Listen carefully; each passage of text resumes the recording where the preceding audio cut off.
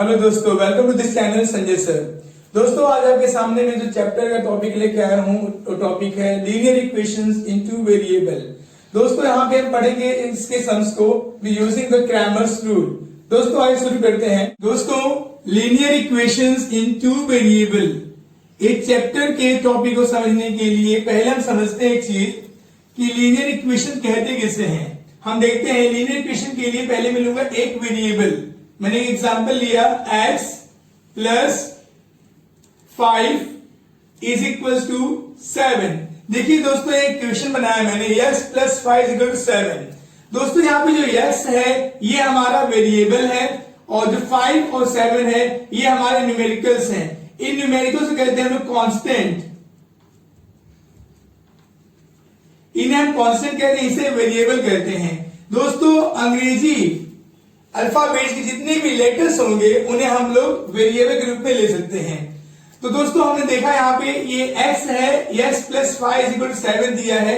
ये इक्वेशंस में हम कहते हैं इसे लीनियर। क्यों लीनियर कहते हैं? किसी एक समझिए, x के पावर में यहाँ पे 1 है। दोस्तों, जब x के पावर में मैक्सिमम डिग्री 1 होगा उसे कहते हैं लीनियर इक्वेशन। तो ये हमारा एग्जांपल हुआ linear equation in one variable. अब हम लेते हैं example linear equation in two variable का। दोस्तों, मैं लिखता हूं x plus y is equal to 5। Suppose तो यहाँ पे x एक वेरिएबल है, 5 y यहाँ वेरिएबल है और यहाँ पे इज इक्वल टू 5 दिया हुआ है। x और y दोनों वेरिएबल है और 5 यहाँ पे जो न्यूमेरिकल है ये हमारा कांस्टेंट नंबर है और ये हमारे दोनों वेरिएबल है। इनकी हाईएस्ट डिग्री 1 है, 1 लिखते नहीं है, तो इसे कहते हैं equations, linear equations into variable. ठीक है दोस्तों, हमने यहाँ पे एग्जांपल लिए हैं 2x plus 5y is equal to 26, 5x minus 4y is equal to -1। अब इस इक्वेशंस को हम सॉल्व करेंगे यूजिंग क्रैमर्स रूल। इस लीनियर इक्वेशन टू वेरिएबल्स के दो हमारे पास इक्वेशन दिए हुए हैं, इसको हम सॉल्व करेंगे यूजिंग क्रैमर्स रूल से। दोस्तों, एक समझाओ आपको मैं रूल्स के हिसाब से, पहले रूल्स को मैं एक्सप्लेन कर लूं। दोस्तों, यहां पर देखा जाए तो ये जो 2 है ये हमारा कोएफिशिएंट है, इसे बोलते हैं गुणांक, x का गुणांक। दोस्तों, यहाँ पे जो 2 है एक गुणांक है, ऐसे 5 है, ये 5 है और ये -4 है। दोस्तों, हमें करना क्या है? हमें मालूम है कि जो 2 है इसे हम बोलेंगे a1, 5 को बोलेंगे b1, 26 को बोलेंगे c1। ऐसे ही इस 5 को बोलते हैं a2, -4 को बोलते हैं हम लोग b2 और -1 को बोलते हैं c2। दोस्तों, अगर मैं ये देखूं तो मेरा इक्वेशन कैसे बनता है? a1x plus b1y is equal to c। ऐसे ही a2x plus b2y is equal to c2। ये हमारे इक्वेशन के रूप बनते हैं। अगर देखा जाए तो यहां पर d निकालना होता है, d फॉर डिटर्मिनेंट्स, फिर dx और dy इनके वैल्यू फाइंड करने होते हैं। इनके वैल्यू फाइंड करने के बाद में हमें निकालना होता है वैल्यू x का और y का। x का वैल्यू निकालने के लिए हमें dx का वैल्यू जो मिला है, dx के वैल्यू को डिवाइड करते हैं d से, तो हमें x का वैल्यू मिलता है। ऐसे ही हम लोग y का वैल्यू निकालने के लिए dy के वैल्यू को हम डिवाइड करते हैं d से, तो हमें y का वैल्यू मिलता है। ये चीज करते हुए हमारा इक्वेशन सॉल्व होता है। दोस्तों, अब देखते हैं हमें d निकालना है तो हमें काम क्या आने वाला है। एक मैं नॉर्मल से एक वे लेता हूं मैं। अगर मैं a1 a2 a1 b1 c1 a2 b2 c2 लेता हूं ऐसे। ठीक है दोस्तों, a1 b1 c1 a2 b2 c2 अगर लेता हूं मैं, तो मुझे मालूम है d के लिए, इस d के लिए मुझे ये दो फिगर चाहिए, a1 a2 b1 b2। तो हम यहां लिखेंगे ऐसा a1 a2 b1 b2। ठीक है दोस्तों, अगर मुझे यहां पे ds निकालना है तो मुझे c1 c2 और b1 और b2 ये चाहिए वैल्यू। देखिए हम लोग यहां पे लिखे c1 c2 b1 b2, ये हमारे फॉर्मूला बनते चलेंगे। अगर मुझे निकालना है dy तो हमें चाहिए a1 a2 c1 c2, a1 A2 C1 C2, ऐसे हमारे फॉर्मूला बनते जाते हैं। तो दोस्तों आपको यहाँ पे करना क्या होता है, डी निकालने के लिए अब हमें यहाँ पे क्रॉस मल्टीप्लाई करना होता है। तो कैसे करेंगे हम लोग, यहाँ पे D is equal to A1 into B2 लेना होता है और माइनस बीच में लगाकर हमें B1 इंटू A2 करना होता है। इस प्रकार से जो हमारे वैल्यू आएंगे तो हम D निकाल लेंगे। ऐसे ही DS निकालना होता है तो C1 into B2 minus B1 into C2 करना होता है। फिर DY निकालने के लिए A1 into C2 minus C1 into A2, ये हम निकाल सकते हैं ऐसे वैल्यू। अब निकालने के बाद में यहां हम x और y इजिली निकाल सकते हैं। तो ये हमारे टेक्स्ट बुक के हिसाब से फॉर्मूला दिया गया है, पर इस फॉर्मूले को मैं तो थोड़ा सा रूप बदल के दे रहा हूं दोस्तों। अगर आपको सेम फॉर्मूला करना है तो मैं आपको कहूंगा कि इस A1 A2 की लाइन को 1 मान लीजिए, B1 B2 की लाइन को 2 मान लीजिए, C1 C2 की लाइन को 3 मान लीजिए। तो यही फॉर्मूला कैसे हो जाएगा दोस्तों, देखिएगा ये हमारा 1 है, ये हमारा 2 है, तो यहाँ पे D का मतलब 12 याद रखिएगा। dx के लिए आप लेंगे हम लोग यहाँ पे C1 3 लिया और B1 2, तो यहाँ पे 32 नंबर याद रखिएगा। अब यहाँ पे dy के लिए क्या लेना है 1 और C1 3, तो 13 नंबर यहाँ पे याद रखिएगा। d के लिए 12, ds के लिए 32 और dy के लिए 13, तो इतना आपको सब चीज लिखना नहीं होगा और इजीली हम सब को सॉल्व कर लेंगे। अब हम इसी मेथड से हम देखेंगे इसका सोल्यूशन। दोस्तों जो हमने ट्रिक देखा अभी, उसी ट्रिक से हम इस सब को सॉल्व करेंगे। अब हम देखते हैं यहाँ पे 2x जो है, जो x जो लाइन है उसे हम 1 लेते हैं और जो y है उसके लिए हम 2 लेते हैं और जो यहाँ पे जो न्यूमेरिकल्स है इसे हम 3 लेते हैं। तो दोस्तों अब देखते हैं करना क्या है। हमें यहाँ पे देखना है कि जो 1 2 था तो मैं d का वैल्यू बताया था कि d के लिए आप 12 लेने का, तो 12 लेके आप समझ लीजिए कि ये d को 12 से याद रखिए। ds के लिए लेंगे हम लोग यहाँ पे 3 2 32 याद रखिएगा और dy के लिए दोस्तों आप याद रखिएगा यहाँ पर 1 3 13, ये 13 आप याद रखिएगा। दोस्तों ये जो नंबर्स में दे रहा हूं ये नंबर बस एक ट्रिक है, इसे आपको एग्जाम में नहीं लिखना है दोस्तों, आपको एग्जाम में नहीं लिखना है, सिर्फ ट्रिक को समझना है। अब हमें डी चाहिए दोस्तों, तो हमें मालूम है डी के लिए क्या होता है। डी के लिए हमें चाहिए यहाँ पर 12 के लिए देखते हैं हम लोग यहाँ पे क्या आ रहा है। 12 के लिए ये 1 के लिए 2 और 5 आएगा और 2 के लिए आएगा 5 और -4, हमने लिख दिया। अब हमें यहाँ पे क्या करना है दोस्तों, मैं बताया था कि आपको एक किसका क्रॉस मल्टीप्लाई करना होता है। तो हम लिखेंगे 2 लिखेंगे, इंटू करेंगे और -4 लेंगे। अब उसके बाद में माइनस साइन आप बीच में डालेंगे, फिर 5 इंटू 5 करेंगे, 5 लिखेंगे, इंटू 5 किया हमने। दोस्तों में क्या करना होता है वापस समझिए, हमें ये 1 नंबर को जो कोएफिशिएंट है उसे लिख देंगे, 2 नंबर के जो कोएफिशिएंट है उसको हम लिख देंगे, फिर इन दोनों का क्रॉस मल्टीप्लाई करेंगे, फिर माइनस डालेंगे बीच में, फिर इन दोनों क्रॉस मल्टीप्लाई करेंगे, लिख देंगे। अब देखेंगे हम लोग यहाँ पे 4 2 8, यहाँ पे प्लस और माइनस का मल्टीप्लाई करने पे माइनस साइन आता है, फिर माइनस 5 5 25।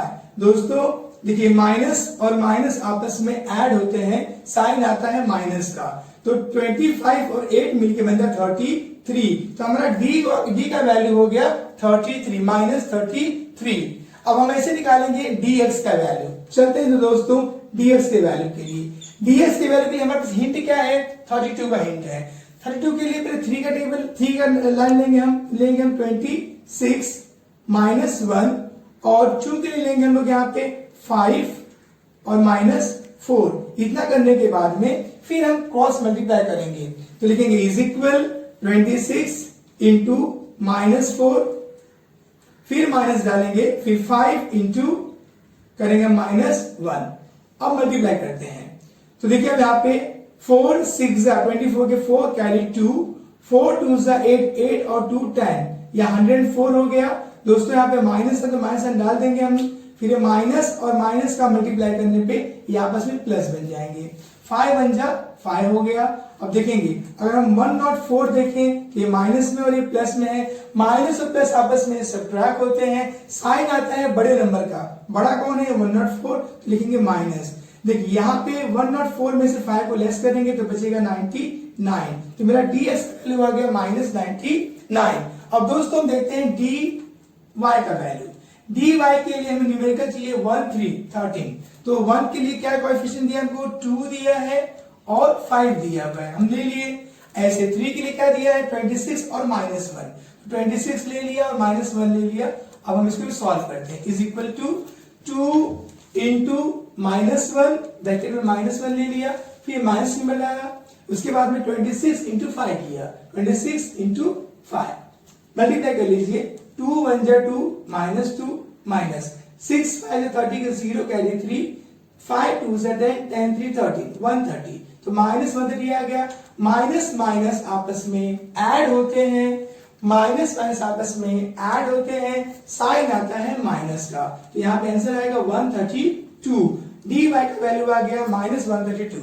दोस्तों मैंने आपको इसके पहले एक्सप्लेन किया था कि मुझे यहाँ पे s का वैल्यू निकालने के लिए क्या फॉर्मूला लगाना है, y के लिए क्या लगाना है, देखते हैं। s के लिए लगाना हमको है dx के अपॉन में हम d लिखेंगे, तो लिखा dx अपॉन में d, और वैसे ही y के लिए dy अपॉन में d। अब ds का वैल्यू दोस्तों क्या है, ds का वैल्यू हमारा है -99, तो लिखेंगे -99 अपॉन में लिखेंगे d दिया हम लोग को -33, अब लिखा -33। इसके बाद में देखो माइनस माइनस, ऊपर भी माइनस है नीचे भी माइनस है, ये दोनों माइनस जो आपस में कट जाएंगे, 33 1 जा 33, 33 3 जा, हमारे यहाँ पे आंसर आएगा 3। ठीक है दोस्तों, s का वैल्यू 3 आ गया। हम देखते हैं dy का वैल्यू, हमें दिया -132 दिया हुआ है, लिख दिया हमने। d का वैल्यू दिया हम लोग को है -33, हमने -33 लिख दिया। अब माइनस माइनस गेट कैंसिल, दोस्तों 3 4 से 12 होता है, यूनिट में से 2 दिख रहा है हमको वहां पे, तो हम यहाँ पे काट देंगे, 33 1 जा 33, 33 4 जा 132, हमारे यहाँ पे y का वैल्यू आ गया 4। तो दोस्तों हमारा आंसर आ गया यहाँ पर 3,4। दोस्तों इसी प्रकार से सिंपल सा मेथड आप यूज करते हुए आप सम को सॉल्व करेंगे। बस आपको ये चीज जो है हिंट में रखना है, अपने मन में रखना है, आपको बुक पे लिखना नहीं है। दोस्तों एक और एग्जांपल देखते हैं, आसानी से समझते हैं। दोस्तों यहाँ पे इक्वेशन दिया हमको 3x - 2y = -4, 4x - y = 3। दोस्तों यहाँ पे कोएफिशिएंट 1 है, 1 लिखते नहीं है। अब इसे लिखेंगे हम लोग नंबर 1, ये 2, ये 3। अब यही ट्रिक फॉलो करते हुए सम को सॉल्व करते हैं। चलते हैं d के लिए, d = अब हमें क्या नंबर चाहिए, 12, तो 1 नंबर पे 3 और 4 है, 2 नंबर पे -2 है और -1 है, = अब देखो दोस्तों 3 इंटू -1 लेंगे, 3 इंटू -1, फिर माइनस डालेंगे, फिर वापस -2 इंटू 4। अब दोस्तों सॉल्व करते हैं, 3 1 जा 3 -3, माइनस का माइनस से मल्टीप्लाई करने पे आएगा प्लस, तो 4 2 जा 8। दोस्तों अब यहां देखो एक माइनस है एक प्लस है, माइनस प्लस आपस में सब्ट्रैक्ट होते हैं, साइन आता है बड़े नंबर का, तो 8 में से 3 जाएगा बचेगा 5, तो हमारा d का वैल्यू आ गया 5। अब चलते हैं ds के लिए दोस्तों, तो ds के लिए क्या नंबर चाहिए, वो 32 चाहिए, तो 3 के लिए लिखेंगे हम लोग यहाँ पे -4 और 3, और 2 के लिए लिखेंगे हम लोग यहाँ पे -2 और -1 लेंगे यहाँ पे, = -4 इंटू -1, दो साइन एक साथ नहीं आता, आप ब्रैकेट डालते हैं दोस्तों, तो -4 इंटू -1, फिर माइनस, फिर -2 इंटू 3, मल्टीप्लाई करते हैं। देखो माइनस का माइनस में मल्टीप्लाई करने पे प्लस बनता है, तो 4 1 जा ये 4 हो गया, माइनस का मल्टीप्लाई पे भी प्लस बनेगा, 2 3 जा 6 होगा, 4 और 6 जोड़ने पे होगा 10। हमने d का वैल्यू निकाल लिया, ds से निकाल लिया, निकालते हैं dy का वैल्यू। तो dy के वैल्यू के लिए हमें क्या चाहिए हिंट में, 13, तो 1 के लिए क्या है 3 और 4, ओके 3 के लिए क्या है -4 और 3, = अब क्रॉस मल्टीप्लाई करें, 3 इंटू 3 माइनस, फिर -4 इंटू 4, दोस्तों 3 3 जा 9 हो गया, माइनस का माइनस में मल्टीप्लाई करने पे प्लस हो गया, तो लिखेंगे प्लस 4 4 जा 16, 9 और 60 मिलके बन गया 25। अब दोस्तों dy का वैल्यू निकालने के बाद में चलते हैं किसके लिए, x और y के लिए। सेम x का फॉर्मूला है dx अपॉन में d, y का फॉर्मूला है dy अपॉन में d। तो देखते हैं dx हमको दिया हुआ है 10, तो लिखेंगे यहाँ पे हम लोग 10, और d का वैल्यू दिया है 5, तो लिखेंगे 5, 5 1 जा 5, 5 2 जा 10, हमारा आंसर आ गया 2। dy का वैल्यू दिया है 25, लिखेंगे 25, और d का वैल्यू दिया हुआ है 5, तो लिखेंगे 5। देखिए 5 1 जा 5, 5 5 जा 25, आंसर आ गया 5। दोस्तों हमारे यहाँ पे आंसर लिखेंगे 2,5, ये हमारा हो गया आंसर।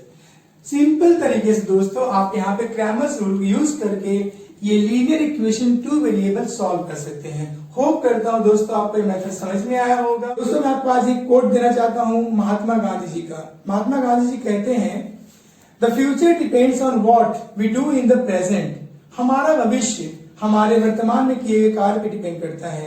दोस्तों अपने आप को एजुकेट करते रहें। मेरी वीडियो को पसंद करते हैं तो शेयर कीजिए, लाइक कीजिए। दोस्तों अगर आप मेरे चैनल पे नए हैं तो सब्सक्राइब कर लीजिए चैनल को, और उसके बगल में बेल आइकन बटन प्लीज दबा लीजिए, इसमें नोटिफिकेशन मिलते रहे। धन्यवाद दोस्तों।